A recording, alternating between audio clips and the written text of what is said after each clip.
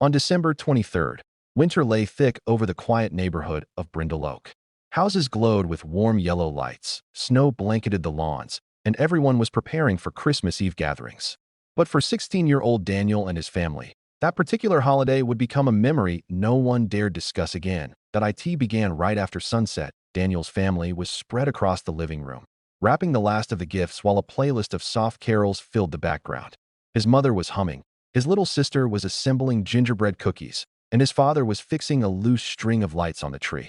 Everything felt calm, cozy even. Then came the knock, not a normal knock, but a slow, dragging one. Thump, thump, thump. Daniel looked at the door, confused. Probably a caroler, his mom said with a smile. People still do that around here.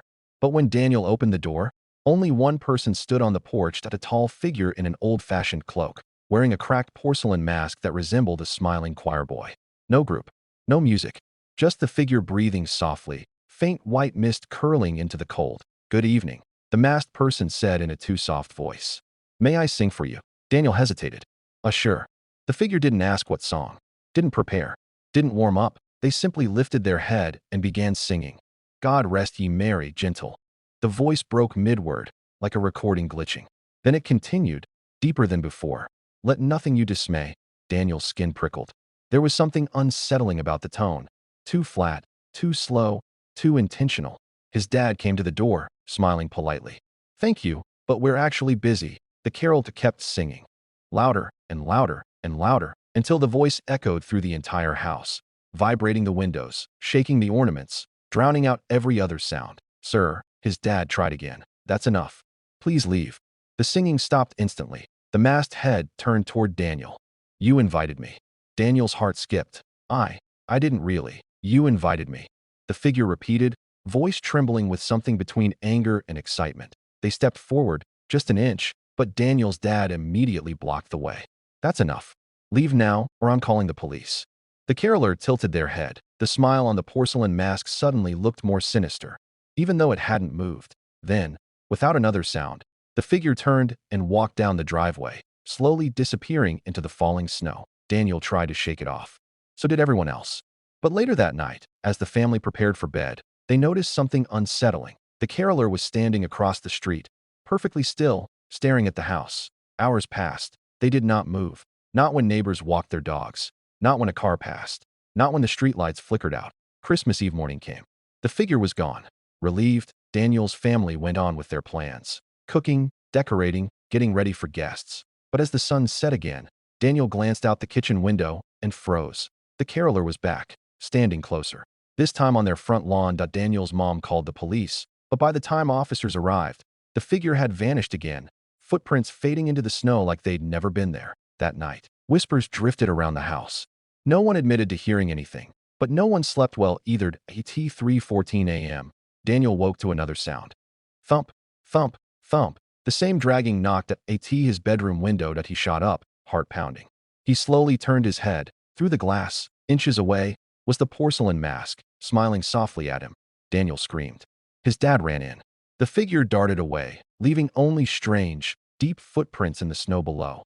That was the last night the family ever spent in that house. They moved in early January, leaving behind the holiday decorations, unopened presents, and every bit of Christmas cheer. This day, Daniel still refuses to listen to Christmas carols. And sometimes, in the darkest part of winter, he swears he hears a familiar voice humming, "God rest ye merry, gentlemen." Story 2. The Christmas Tree from the Attic. It was the first Christmas after Emma's grandfather passed away, and the family wanted to honor him by using the old Christmas tree he'd stored in his attic.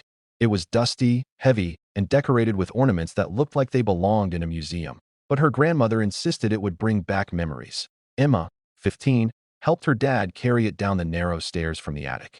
As they did, she noticed something strange. The tree felt warm. Not warm like from sunlight or storage.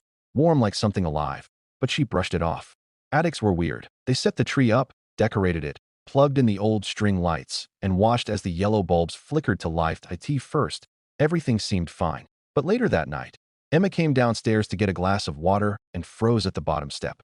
The lights on the tree were glowing, but no one had plugged them in. Worse, the tree seemed taller than before. Branches spread wider, needles darker, trunk thicker. Emma blinked hard. thinking she was imagining things. But then she saw something glimmering. An ornament she had never hung. It was a small wooden box with a metal latch, carved with her grandfather's initials.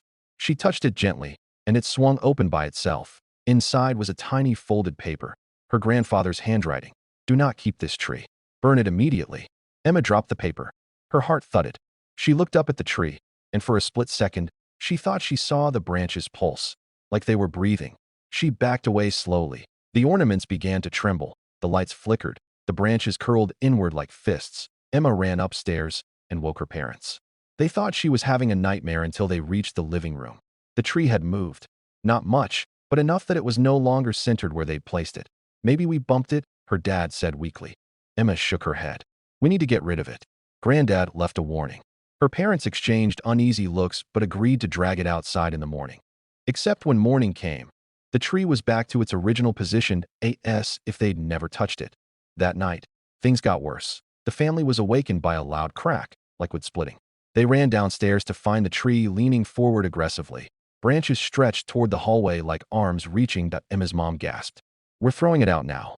They all grabbed the tree, but as they lifted it, Emma felt the trunk vibrate under her hands. A low, humming sound like a growl. They managed to drag it to the backyard despite the branches seeming to catch and pull against them. Her dad lit the fire pit.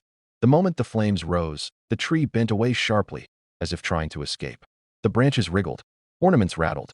Needles shook violently. Emma watched in horror as her dad shoved the bottom of the trunk into the fire. The tree suddenly let out a sound.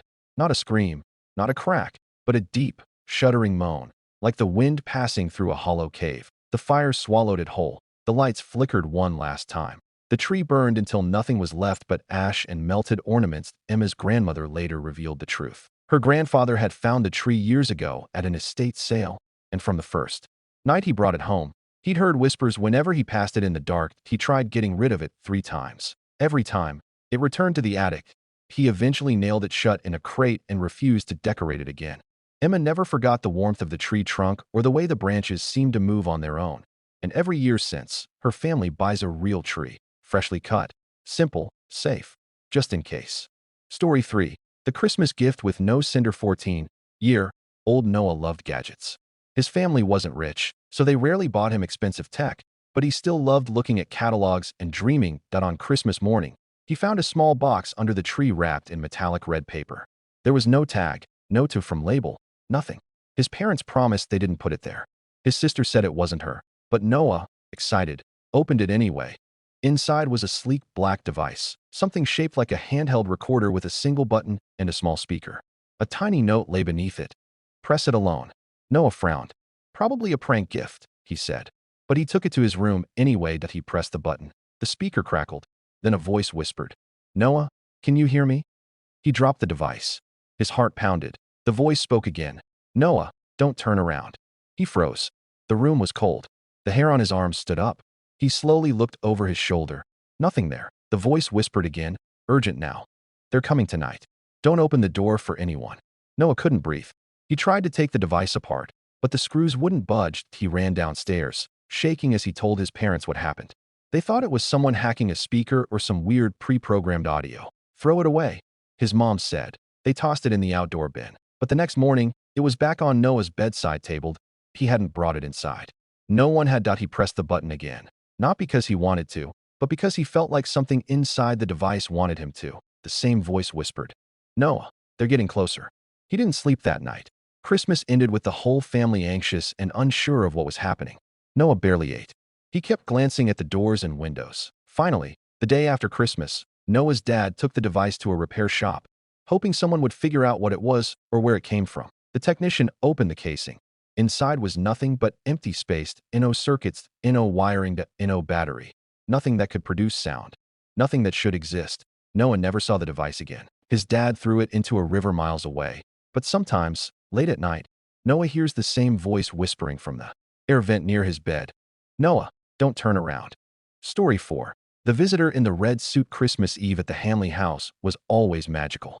Warm cocoa, soft music, snowfall outside the window. Everything peaceful and perfect. But that year, 17-year-old Lena was up late studying when she heard footsteps on the roof. Not light ones like reindeer in movies. Heavy ones, slow ones. She smiled nervously. Dad's probably checking the gutters again, she thought. But then she heard something else, a long, dragging sound. Something scraping, something pulling across the shingles. Lena's smile faded. She went to her window and looked out. A figure in a red suit was moving down the side of the house, but not climbing no laddered, no ropes, just slowly descending, as if gravity didn't apply. The figure stopped halfway, head turning toward her window. The eyes weren't visible beneath the shadowed hood, but Lena felt them, locked on her, staring. She ducked back, heart racing. She ran to her parents' room and shook them awake. But when they came to her window, the figure was gone. Her dad checked outside with a flashlight. No footprints, no tracks, no sign anyone had been there. They convinced her it was stress. She didn't sleep at all. At 2:47 a.m., Lena heard the doorknob to her bedroom turn. Slowly, quietly. She froze under the covers. The door opened a crack, then a soft, deep whisper. "Have you been good this year?" Lena bolted upright. "Mom." Silence. Then a low chuckle. Not her mom's, not her dad's, not anyone she'd ever heard. Footsteps padded slowly back down the hallway. In the morning, the family found something sitting under the tree that no one had placed there. A small glass snow globe. Inside it was a tiny, perfect model of their house. But one detail made Lena's stomach flip. A figure in a red suit was standing at her miniature bedroom window, looking in.